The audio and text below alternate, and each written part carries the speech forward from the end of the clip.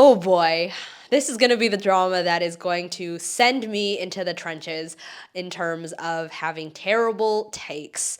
I am probably going to get the most hate about this drama being kind of low. So today is part 2 of 3 of my best of 2025 series. So we already did K-dramas, we're doing C-dramas now, and then next week will be BLs. So this year I finished a whopping 18 C-dramas, which is 5 more than I completed last year, which is a lot. What's funny is I have a lot of interesting statistics in my 2025 dramas wrapped. So if you're interested, go ahead and check it out on my TikTok, or I'll also post it to my Instagram.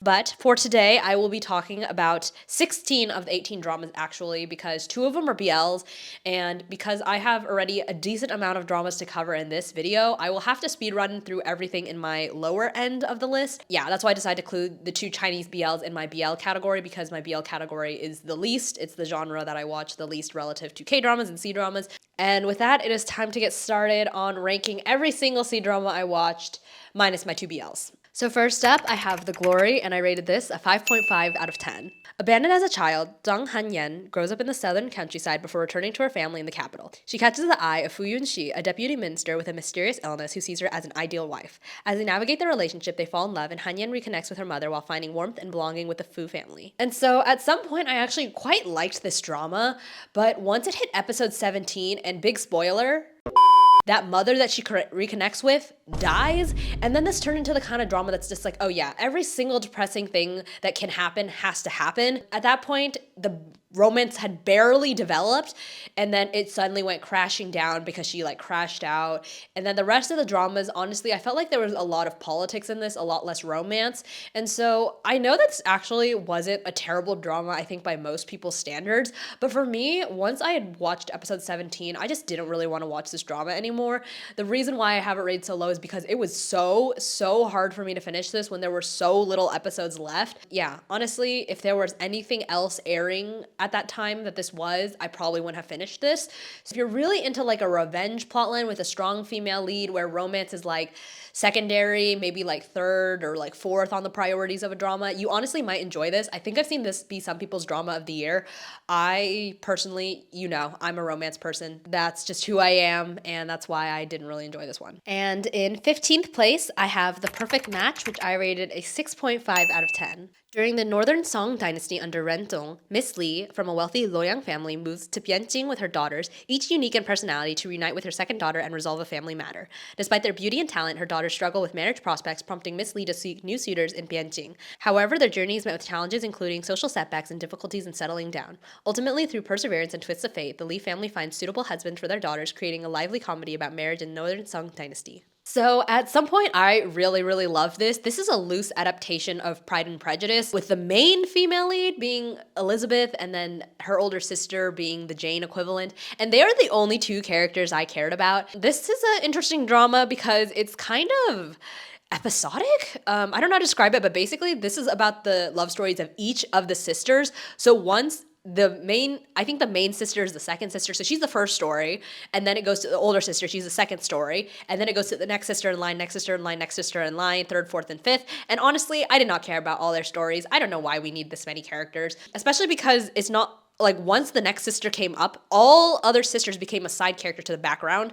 So yeah, it was cute in the beginning, but I only liked first sister and second sister, and I just feel like this was a little bit too over-the-top comedic kind of drama. Yeah, if you have nothing else to watch and you're into kind of the over-top humor, you're a fan of these actors or actresses, because there's a lot of very famous ones in this one, I would give a shot.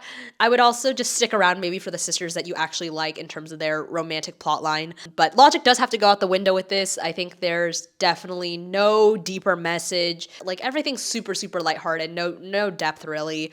And yeah, so that's kind of why it's 15th. And in 14th place, I have Sniper Butterfly, and I rated this a 7 out of 10. When Chenjin falls into a low point in her life, she receives a call for help from Liwu, a rural boy she once supported. Liwu's spirit of self-reliance moves Chenjin, prompting her to bring Liwu, who's about to drop out of school and has no one to rely on, to the city for education. 6 years later, Liwu, now a successful professional, returns to the city and reunites with Chenjin due to work. While he doesn't mention the past on the surface, his feelings of love remain deep inside. Encouraged by Liwu's sincerity and bravery, Chenjin chooses to respond to love truthfully. Honestly, reading the synopsis makes me think the drama is going to be better than it is, but unfortunately, the synopsis is a little bit different, so I'm gonna have to go ahead and spoil it as well. I just want to share that they end up dating before he leaves.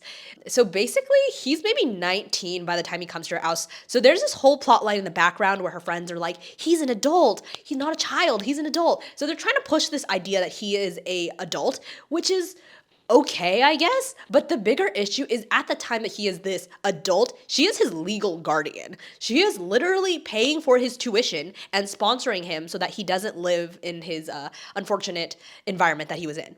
So let's just establish that power dynamic, okay? Because I'll be honest, I am not a big fan of big age gap dramas, especially when the younger one is this young. And I will say, to add on top of it, the fact that she was once his guardian, I think makes this all the more awkward. And the thing is, if they handled this well, I would appreciate it a little bit more. But in my opinion, I don't think it was really handled that well. Okay, so by the time they get together, he is like 21 or 22. So they are living together for maybe 2 to 3 years, and of course, she is not into him whatsoever. She sees him nothing as like a younger brother. But then he's always had a crush on her, which I also think is fine because you're young, you can like who you like. The adult is the kind of one responsible for their own feelings and not. She didn't groom him, okay, but it's still like a weird situation. So, anyways. So he grows up. He is 22 and he's in college at this point. They're not really seeing each other at this point. She obviously just sees him as her younger brother. Finally, she finds out that he has a crush on her. It takes maybe like 2 to 3 days of her accepting that he has feelings for her to be like, I will try to treat you as a man. And then really soon after that, she decides that she likes him. And that was a very, very strange arc for me. I really wish it focused on a lot more of the issues you would face in a larger age gap relationship. Like, first of all, he is in college and he should be broke and poor, but for some reason he's so instantly successful that he's rich. But like, man was ready to settle down. And honestly, I was not a big fan of Liu, seeming like his entire life revolved around Tenzin. To me, it didn't seem like a very healthy relationship. Like, he had a very anxious attachment style when it came to her. I honestly feel like the romance should have picked up when he came back and he was older. Because by the time he was like 26 and she's like 35, I feel like that's a completely normal relationship. I think that's completely fine. He's old enough. She's old enough. Like, sure, and enough time has passed for him to turn from a child into an adult. I just couldn't wrap my head around how she saw him as an adult and what she loved about him, especially because it seemed like her feelings developed from 0 to 100 really, really quick. I understood Liu the entire time. I couldn't understand her. Full-ass grown woman dating a boy in college. Did that not make you feel a little bit like, Yeah, it's such a shame because I was between watching this or City of Romance, and I wish I watched a different drama instead. And in 13th place, I have Flourish Peony at a 7 out of 10. Set in the Tang Dynasty, the story follows He Weifang, a merchant's daughter skilled in cultivating rare peonies. With the help of Zhang Changyang, an official in Chang'an, she leaves a marriage of convenience and starts a business cultivating peonies. Together, they establish a flower shop, empowering women with difficult pasts and creating a thriving brand. I will be honest, this is another drama that honestly had pretty good reviews and that I didn't really like. I will say this was a very well-produced drama. Like, the acting and the filming part itself was all very nice and wonderful, but I personally just didn't like this story. It was really, really depressing. It's one of those, like, from rags to riches kind of story, but when she's in the rags, it just feels so depressing and helpless. And honestly, I feel like a lot of the time she relied on his help rather than kind of her own abilities to achieve success, because then it makes you think, like, when other girls are in this situation, they would actually just suffer because they don't have a male lead and they don't have the luck to kind of continue this. I think there's a season 2 to this drama. I didn't end up watching it and I won't. But yeah, I also didn't really like the chemistry between Yang Zi and I think his name is Li Xian. Yeah, I didn't really believe in it. He honestly was a little bit too mischievous for me in a way that I didn't appreciate. Yeah, this just didn't really work well with me, and it's just a matter of personal tastes. And in 12th place, I have Summit of Our Youth at Focus. And so honestly, this would have just been your average, sweet, cute, fluffy rom-com if not for the ending. There are dramas with bad endings that don't necessarily ruin the drama, but there are also dramas with bad endings that ruin the drama. And this drama unfortunately falls into the latter category. I will say, before I get into the ending, let me just get into the story itself.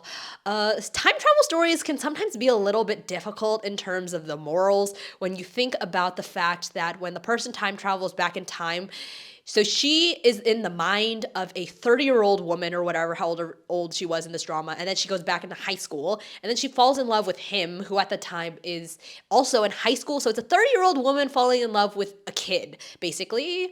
And she does, I think, mention this maybe once. She makes one comment about like, oh, this little kid.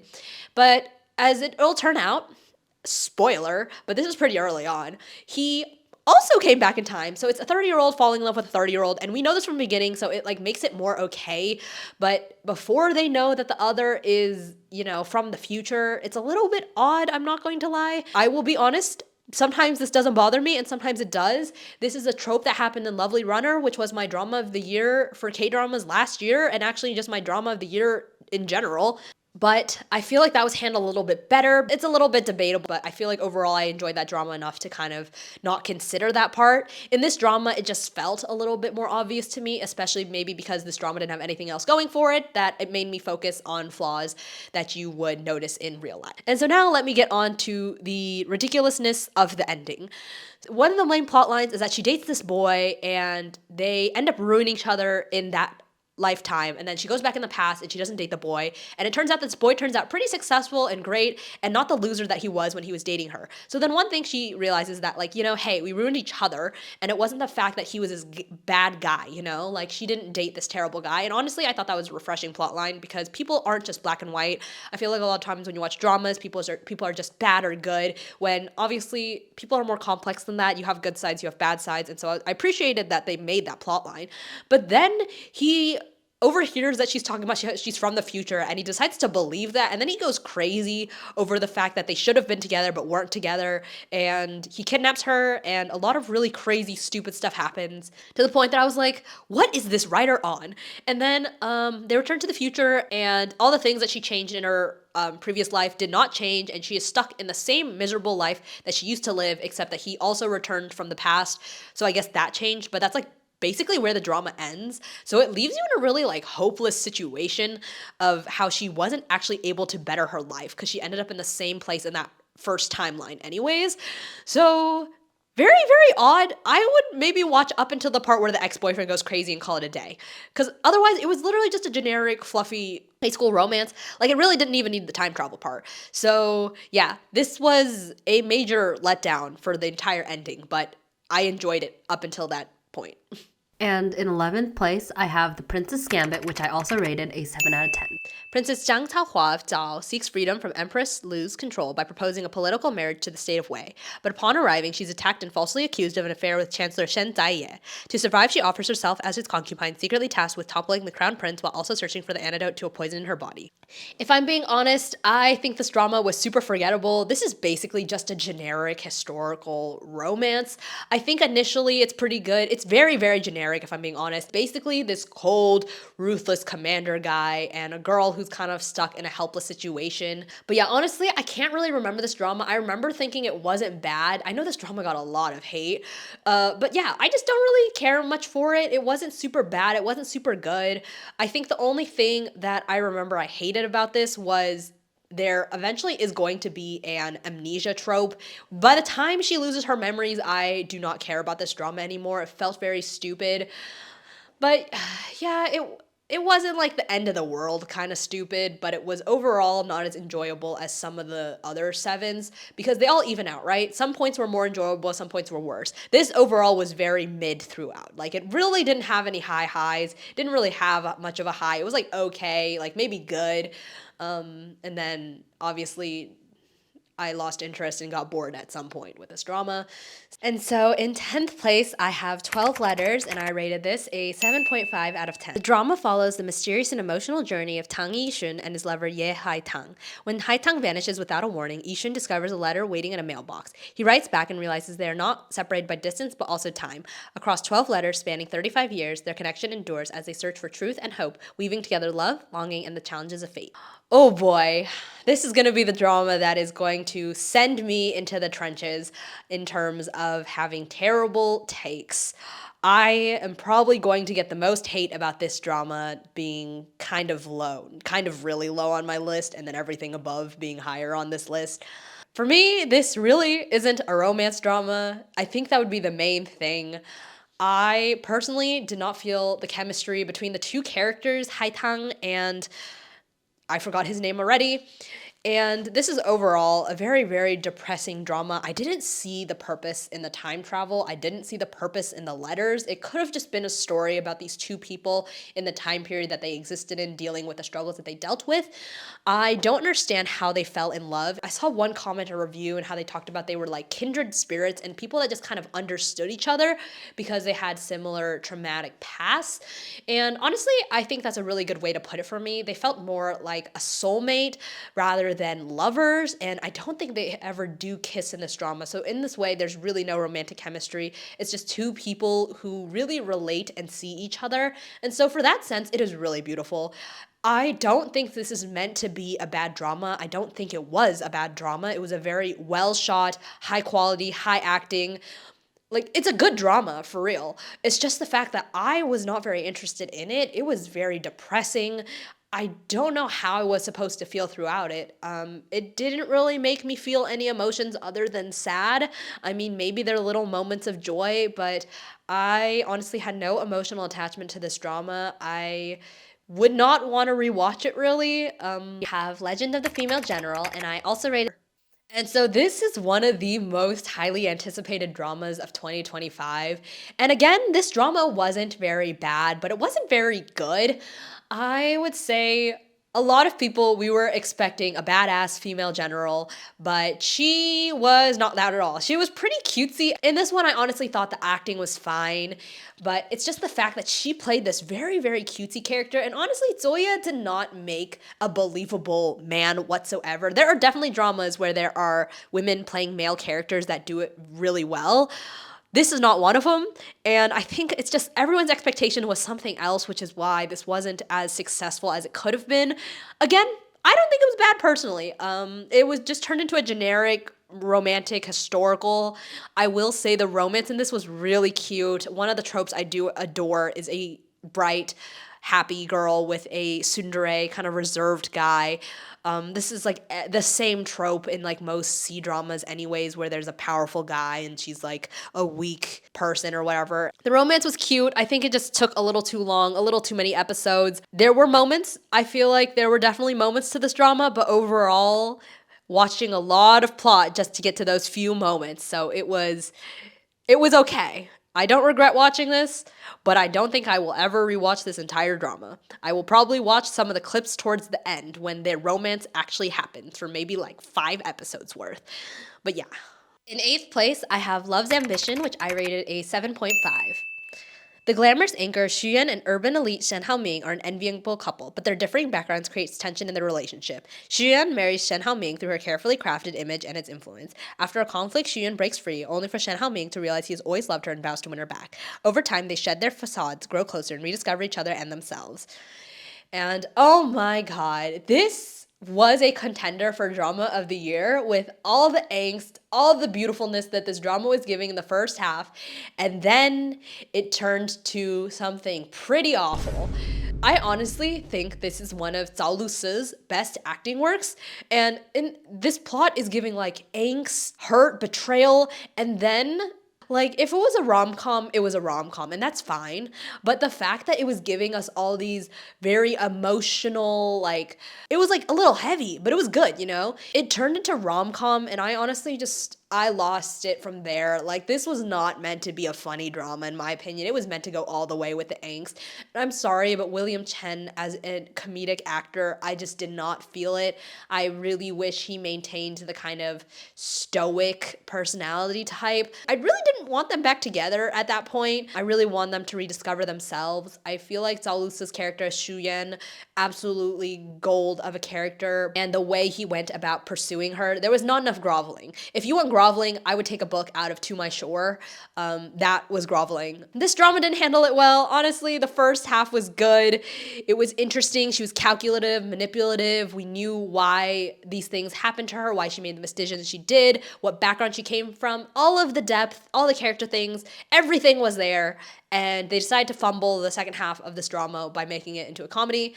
I have no idea why. It was not a decision I appreciated, and I was very severely disappointed with this. Seventh place, I rated Faded Hearts an 8 out of 10. This drama started off strong. I would say they were really one of those true enemies to lovers kind of arc, because in the beginning, that was pretty intense. The way that he treated her was pretty crazy, honestly. There's this most generic trope of he's actually not that bad of a guy. And honestly, after the initial parts of him being really, really mean to Fu Yishao, he was actually pretty nice. Like, I really didn't see his, like, ruthless nature.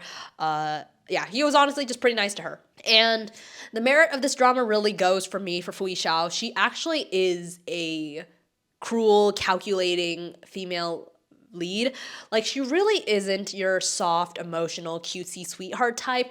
Out of all the various generals that we had of this year, which was a very popular trope, she was probably one of the most vicious, if not the most vicious, which I appreciated because I'm glad to see some diversity in terms of characters in C-drama world. Plotline on otherwise, we're not doing so hot there.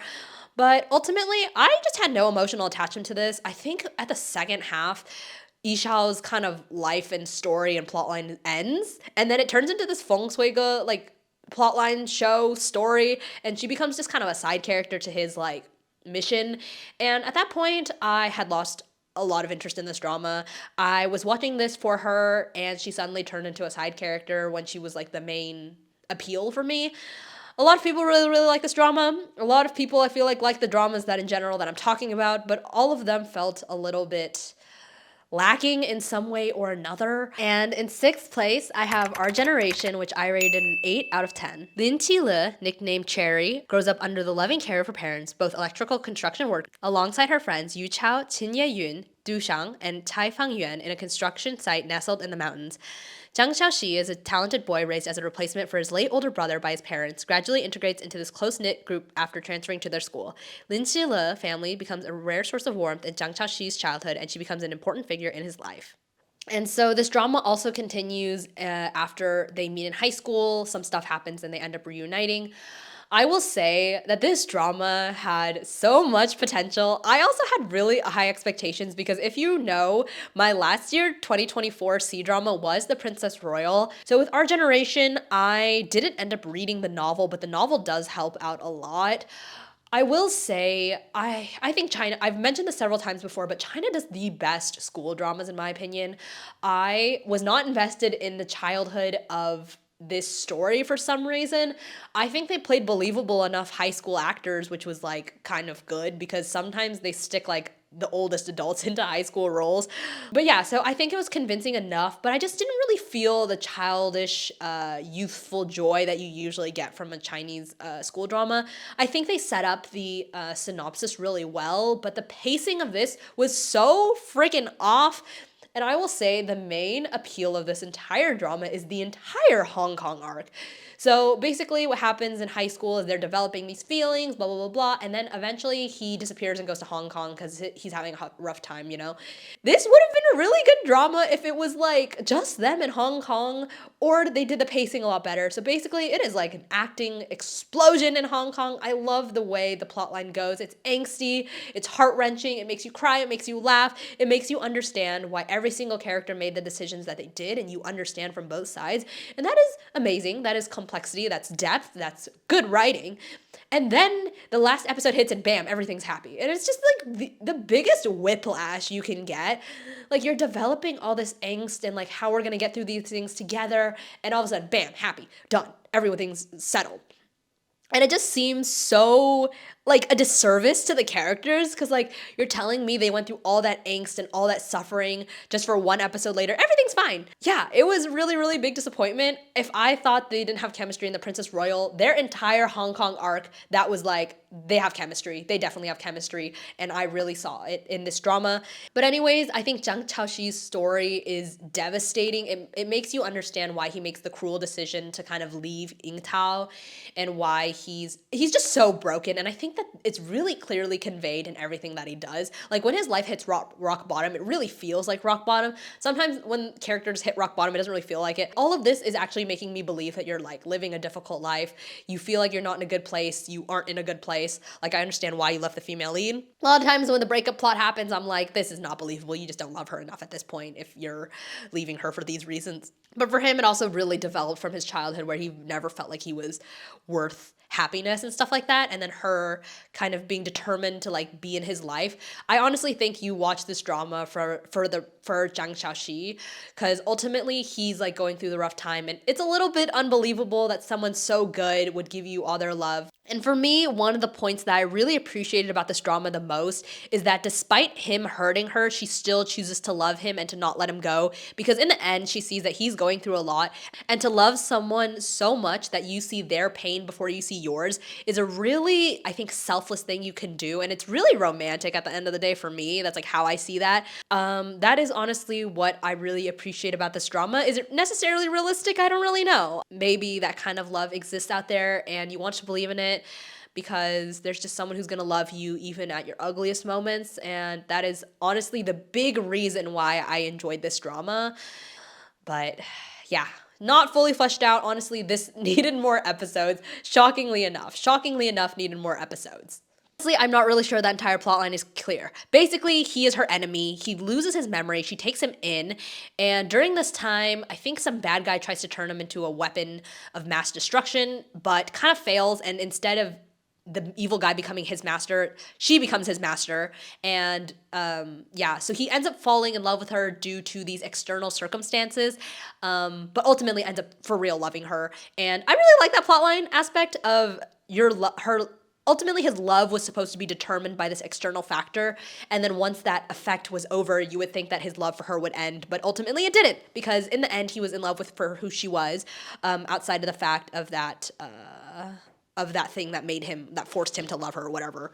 And so I will be the first to admit, this is a trashy drama. This is not a super good quality drama. The acting on her part was pretty weak. I will say she also was one of the most unconvincing female generals. She was the least like a female general in this out of all the female generals we saw this year. Actually, Zoya could give her a run for her money. But anyways, this is, yeah, a trashy drama, but this one, had a lot of romance in it, a lot of sweet moments. I would say when he turns back into the enemy, he was hot. And one of the plot points I really loved about this drama was the fact that it really showed you how your life experiences shape you. And under different circumstances, the prince wouldn't have become as cruel and mean if he weren't in those circumstances that raised him to be that way. Because once he lost his memory, became Jina, he became a completely different person, right? Oh, this is like who he should have been, this happy puppy dog boy, like this is who he's meant to be. But because he had responsibilities, because he grew up in this cruel environment, he turned cold. And honestly, I loved that entire trope plotline. I love their relationship together. The way she doesn't forget about him and continues loving him. And yeah, they were really, really cute. I will say Chunglei, he was the man this year. He did so many dramas like this and the female general. I originally thought this wasn't going to be good because back-to-back general sounded like a really bad idea. But ultimately, Chunglei was so adorable as Jina, as the puppy dog Jinan, and he was really hot as the prince. And I love his struggle between he can't love her because he has his memories back, but at the same time he does love her already. And so those two conflicting emotions of love and responsibility I think was handled really, really well. And Chunglei really stood out in his role in this. And yeah, it's a trashy drama. I understand all the criticisms towards this drama. It's not really serious. It's not really deep. This is very, very idle drama, but also I feel like this drama wasn't trying to give serious. And in fourth place, I have Always Home, which I rated an 8.5 out of 10. Chen Huan-er moves to a big city with her parents and befriends Jing Xi-qi and Song Chong in high school. From college to graduation, they experience everyday moments like studying and sports, as well as deeper struggles, secret love, family changes, and the pain of loss. Together, they support each other through youth challenges growing into adulthood. So, like I said, China produces the best school dramas, and I will say Always Home stood out for the fact that I think the writing was deeper than any other school drama you usually watch. I feel like the issues they faced while growing up were a lot of situations that were out of your control, and the way that they handle grief and how each character has to react to their environment was done really, really well. And then even the way that their interactions with each other, the way like friendship plays a role in their life, the way love plays a role in their life, the way these factors of their life impact feelings and then later decisions, the way that things shape you into becoming who you are. I think this was a drama that was really good at portraying that. Honestly, yeah, this was really, really quality drama. There was excellent writing, excellent acting. Ultimately, I really think it's the situations that the writer managed to come up with that were really heartbreaking, really made you laugh, made you cry. This is just a really well done slice of life. And honestly, at the end of the day, this really isn't anything super revolutionary, but it's just the way they executed it. Yeah, it just was with a lot more depth and I feel like thoughtfulness than most dramas do it. And with that, it is like one of the highest quality things that was produced this year. For me, you guys know, again, I'm a shallow person. The romance felt a little bit lackluster in my opinion. It was more the fact that they fell in love. When they fell in love, it felt very natural. It was just the point of when I thought they should have already been together, and I was very surprised they weren't yet together. And they get together very, very late in this drama, which is shocking because they're like each other's best friends. They're like soulmates, you know? And yeah, overall, this was a very quality drama, good acting, good stories. Makes you think about life and things like that. And so yeah, this was a good one. And in third place, I have Love in the Clouds, which I rated an 8.5 out of 10.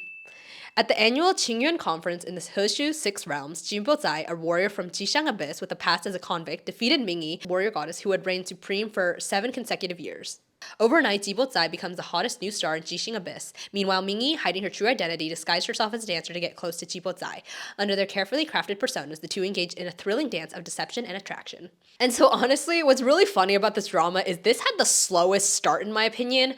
This was the time that Faded Hearts came out and one more drama, I don't remember. Either way, I remember thinking, oh, I don't really like this drama. I'm usually all up for like flirting leads. So like when she was pretending to be a helpless fairy, at first I was kind of more annoyed by that plot line. And at some point I was like, okay, this is kind of funny. I think once we get to 13 or 14 and he's like starting to fall in love with her, even though she's like faking being in love with him, I'm like, okay, this is a trope I can get with.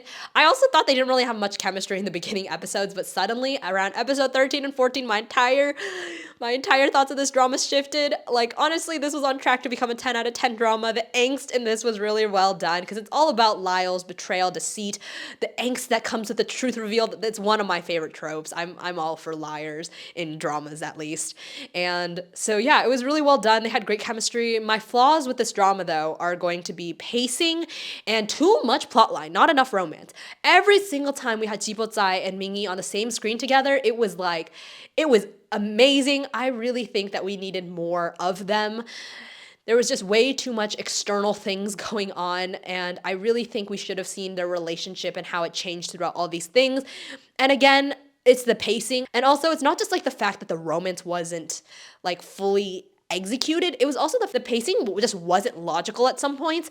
So there's this like back and forth between him loving her when she's lying to him, her loving him when she's lying to him, and there's a point where they're both lying about their feelings, and it just never becomes clear of when they actually make up. And at some point, I think they are still arguing, and then we see them again on screen after all this plot has happened, and they're in love again. And I'm like, I swear to God, the very last thing you said to him, I really went back and rewatched it. It's around like episode 26 or 27. And it's literally, they're in a fight, they end things on bad terms, and then the next episode you see them and they are happy and in love. And I'm like, what happened? I thought you were going through this whole thing where you're like, no, I don't love you. I just needed to get from, oh, I don't love you, I can't resist my feelings, I love you actually. It was like giving me whiplash. I was like, what is going on? I thought you guys didn't like each other. I thought that was a whole plot, that you guys were pretending to not like each other. So yeah, that was like my biggest disappointment with this drama. Yeah, that's actually it. Yeah, overall, this drama, I really think this should have been a 10 out of 10. I really wish it was a 10 out of 10.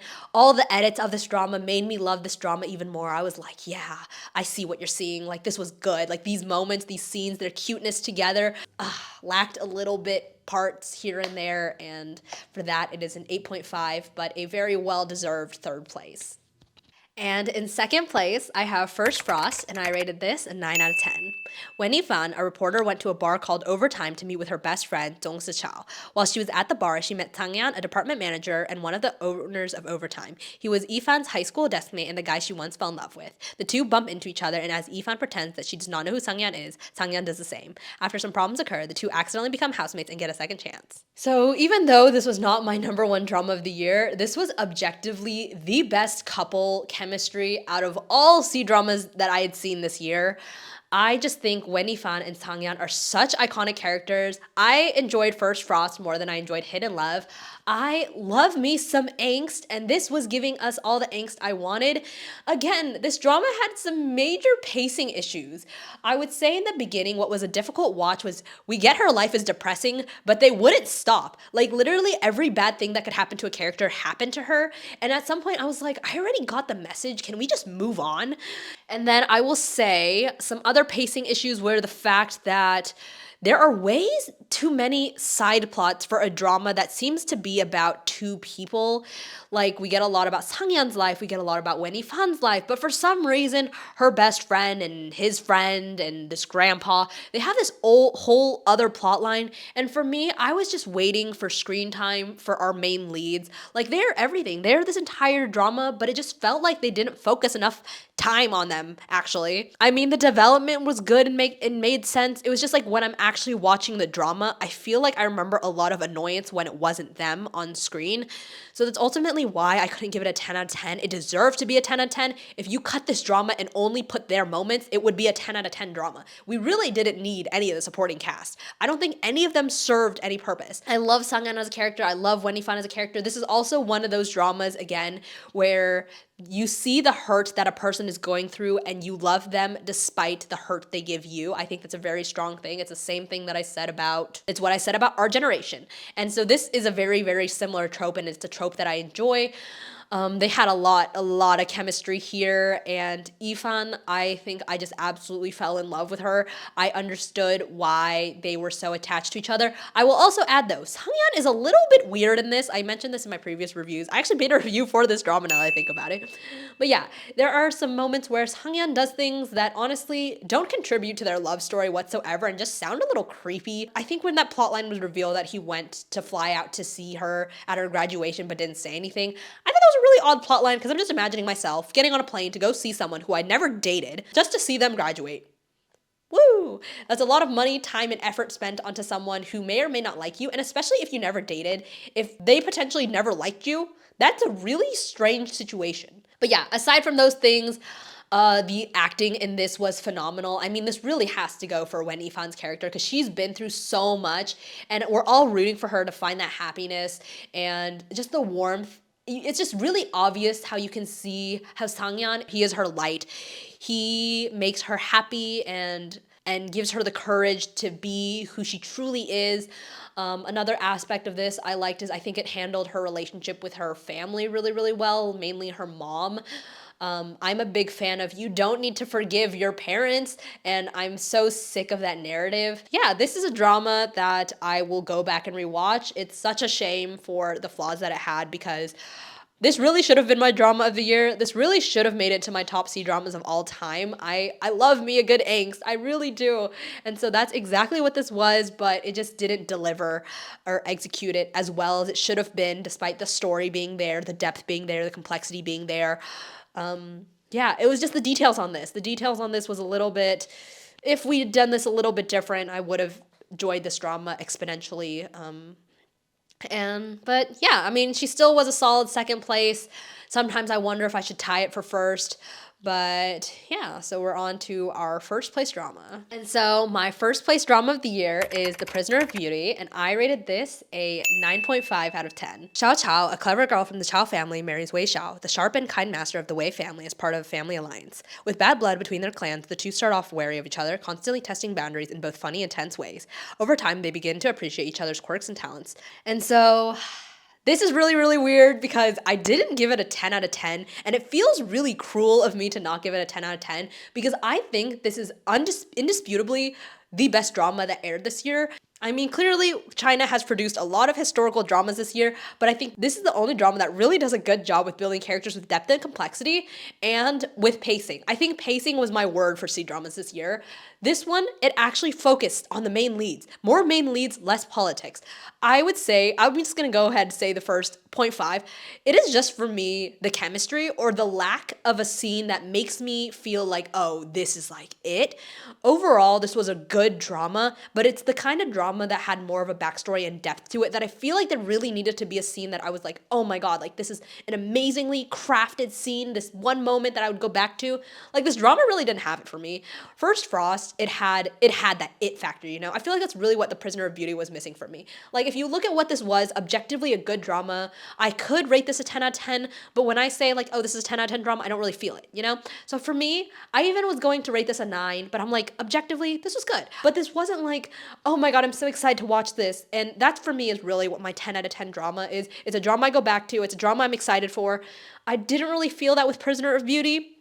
But it's a good drama, and now I'm going to start talking about why. So first off, this is the generic plotline that every single C-drama has to have, and it is going to be cold guy with a good girl.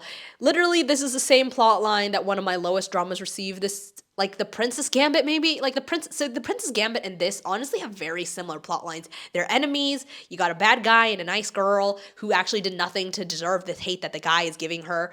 But execution does everything. This one also had a very focused theme. Like they knew what they were going for. And ultimately this drama is about how his hatred turns into love and he becomes a prisoner of her beauty. And ultimately it's not really just because she's pretty, but low-key it also might be, but that's okay because the entire point is that he's not supposed to love her and he does love her. But she's the enemy daughter. Basically her family did his family wrong. Like black and white, her family did his family wrong. They were in the wrong in that situation, but you understand why they made the decisions that they did. So I love that is a good starting point for understanding why she is a victim in all of this and he has a right to be angry at her because his entire life got ruined because of this decision that her family made. And by association, she is part of, and the fact that I feel like some people see it as lowering herself for him.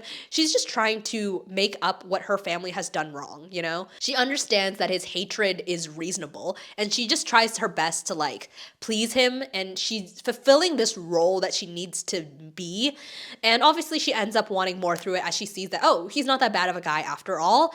And then their entire romantic arc, it's funny and it's cute the way they slowly develop feelings for each other. I think she falls first, especially because she doesn't really have a real reason to not like him.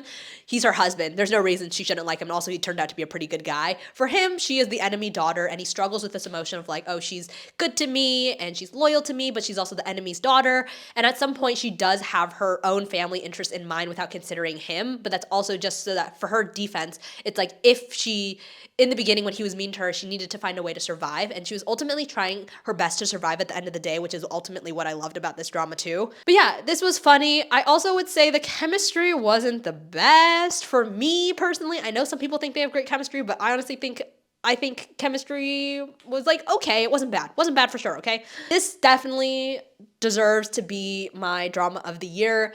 Objectively, I might have enjoyed parts of First Frost a lot more. I probably have a softer spot for First Frost in my heart, but this was just the better quality drama in terms if you look at the plot, you look at the complexity, the depth of characters, it was all good. On average, I don't think this drama ever pissed me off. There was nothing about this drama that made me upset. Like, this was a good, enjoyable drama.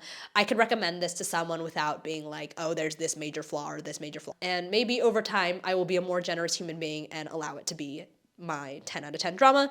But regardless, it still was my drama of the year and it rightfully deserves that place. And so with that is every single C-drama I watched this year ranked. And I am curious to what your favorite C-dramas were. And I know I said K-dramas weren't that good this year and C-dramas were better. Ultimately, I know the best C-drama wasn't as good as my C-dramas last year. I feel like this year was generally a weak year for dramas in general. But on average, C-dramas were more enjoyable for me. I think they just generally made me happier than the K-dramas I was watching. I have statistics on this on my 2025 Dramas Wrapped, where I'm going to talk about kind of everything that I watched this year and my average ratings. I got some charts and interesting statistics because I do love me some statistics. And on average, I rated C-dramas higher than I rated K-dramas. But you know what's even higher, actually, is this was the year for BLs. This year was the best year for BLs since 2021, I believe. And so I will be doing my BLs BLs ranked next week, and I will actually have more time to talk about each one because there are fewer BLs I watched. There are 2 Chinese BLs in there, one of them which is a 10 out of 10 drama. So if you're interested in that, I would recommend you check that video out. That's coming out next week. But yeah, thank you for sticking around. Really, really grateful once again for all the support and love I received. It was actually my Chinese videos that blew me up before I released that K-drama video. I think I released What's Going On in C-Drama World, which led me to making the like best of the year videos, because originally I wasn't going to do it by K-drama and C-drama, but once I realized like, oh, you know, people really like C-dramas and want me to talk about them, so I ended up making that video. So ultimately, it is my C-drama fans that really pushed my channel into being the drama channel it is, because before that I really didn't know that this was going to be a possible thing. So I really thank each one of you. I hope to be making more C-drama videos next year. I also will work on my analysis. I saw that I made it onto the R C-drama page, and I agree with the criticism that I don't do enough analysis, and it's just something I'm trying to work on. Media literacy is a little bit newer to me as someone who wasn't like in film school or whatever, and also the lack of speaking Chinese to understand more depth with the words or just like the background of things like going on, especially because things are harder to be translated from Chinese because they do everything in Chinese platforms. But yeah, regardless of that, I hope that this is a nice, eventful C-drama year, and I hope I see you in the next one.